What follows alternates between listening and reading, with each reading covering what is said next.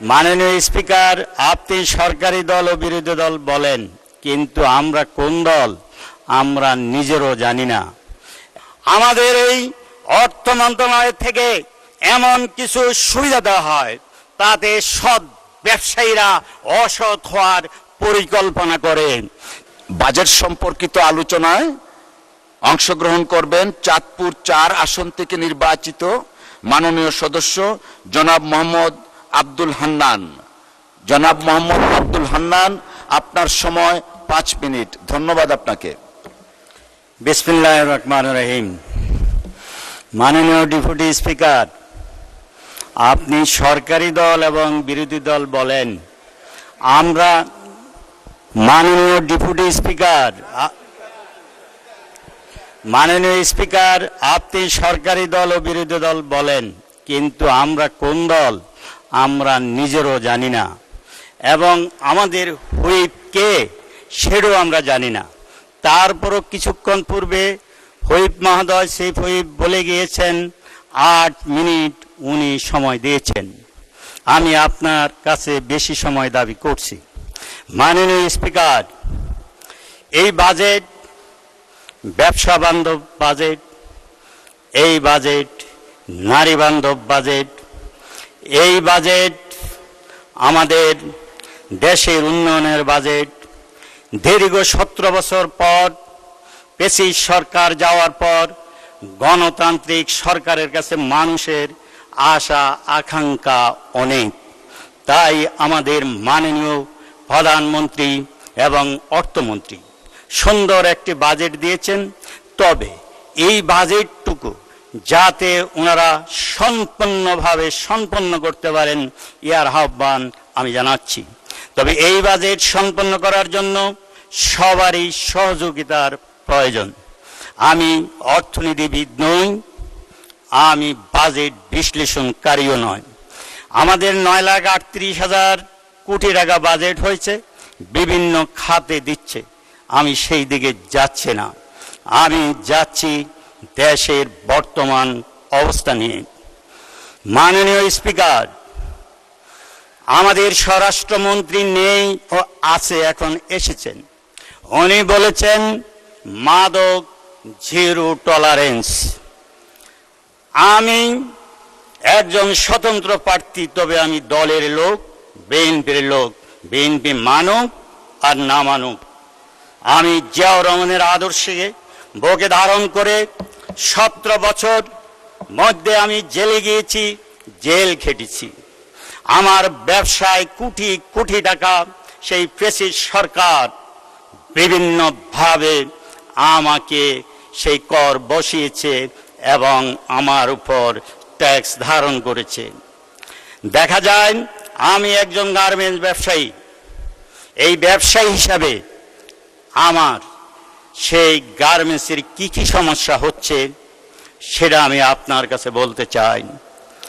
মাননীয় speaker, garments ছিল একমাত্র বৈদেশিক মুদ্রা অর্জনের মেইন হাতিয়ার, আর ছিল সেই আমাদের প্রবাসী বন্ধুরা।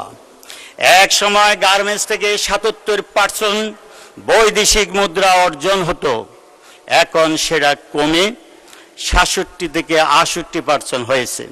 তার কারণ আমরা প্রতিযোগিতায় আশেপাশের দেশের সাথে পারি না।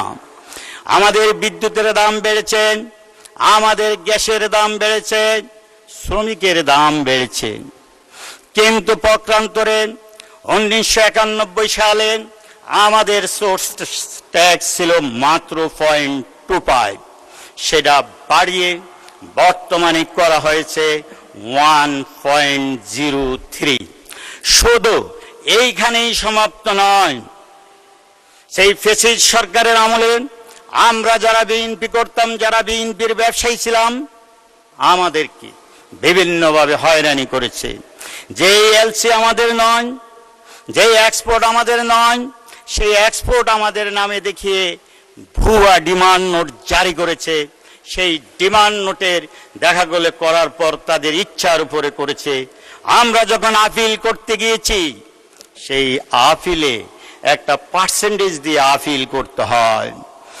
কারণ 25% ট্রাইব্যুনাল করতে গেলে আবার করতে হয় এবং হাইকোর্টে গেলেও আবার টাকা দিতে হয়। এইভাবে অনৈতিকভাবে আমরা কোটি কোটি টাকা দিয়ে আমাদের ব্যবসা চালিয়ে রেখেছিলাম।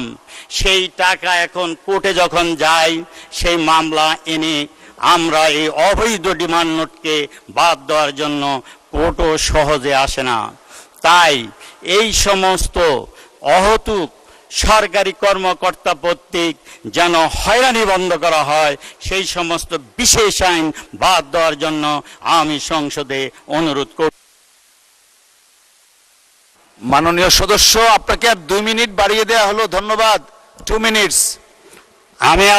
আমি আমার এলাকার সমস্যা বলতে মনে হয় পারবো না, কারণ বিশেষ আইন যেমন যেই আপিল করতে গিয়েছিলাম, সেই ডিসিডিআর কি একটা বিশেষ ক্ষমতা দিয়েছে, যদিও গার্মেন্টসের সেই 1.03 নেওয়ার পর আর কোনো ট্যাক্স হয় না, কিন্তু এমন বিশেষ ক্ষমতা দিয়েছে আমাদের শ্রমিকের বেতনের উপরে উচ্চকর ধার্য করে, এবং এই ব্যবসায়ীদের উপর, অনেক ব্যবসায়ীদের উপর কোটি কোটি টাকা তারা ডিমান্ড নোট করেছে, কারণ আমরা যাতে ব্যবসা না করতে পারি সেটার জন্য।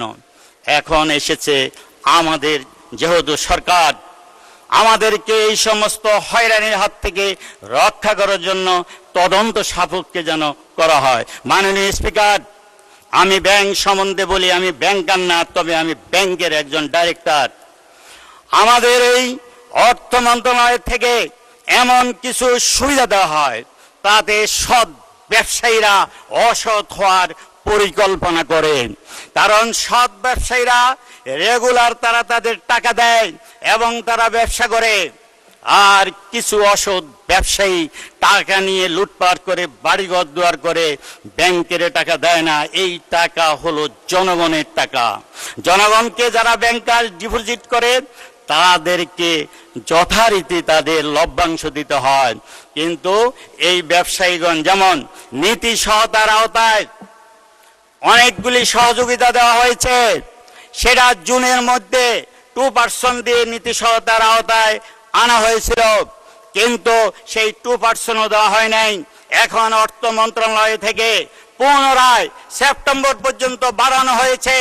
এইভাবে যদি বাড়ানো হয় তাহলে অসৎ ব্যবসায়ীরা কোনো দিনও ব্যাংকের টাকা পরিশোধ করবে না। এই টাকা